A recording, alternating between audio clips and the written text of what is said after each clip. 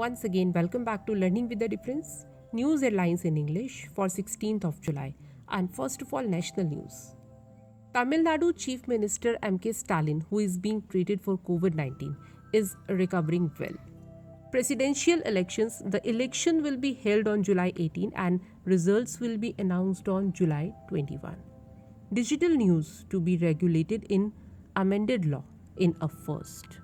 India lost 20,038 new COVID 19 cases, 47 COVID deaths in last 24 to 48 hours.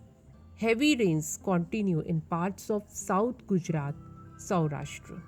Made in India stealth frigate Dunagiri launched by Rajnath Singh. Kerala jeweler sets Guinness World Record for designing mushroom themed ring with over 24,000 diamonds. And now some international news. Sri Lanka president to be elected on July 20, Parliament Speaker said. Utah's Great Saltwater Lake dropped to lowest level after amid drought. The water level in the lake fell to 4,190.1 feet above sea level. European Union said it will target Russian gold in next sanctions package. The EU has so far approved 6 sanctions packages against Russia. Elon Musk has cancelled a massive deal with Twitter.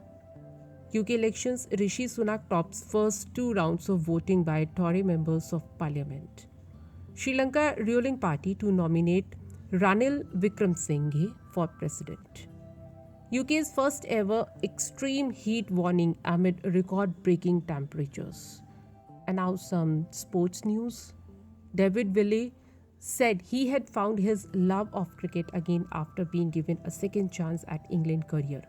Court of arbitration for sport upheld bans on Russian clubs.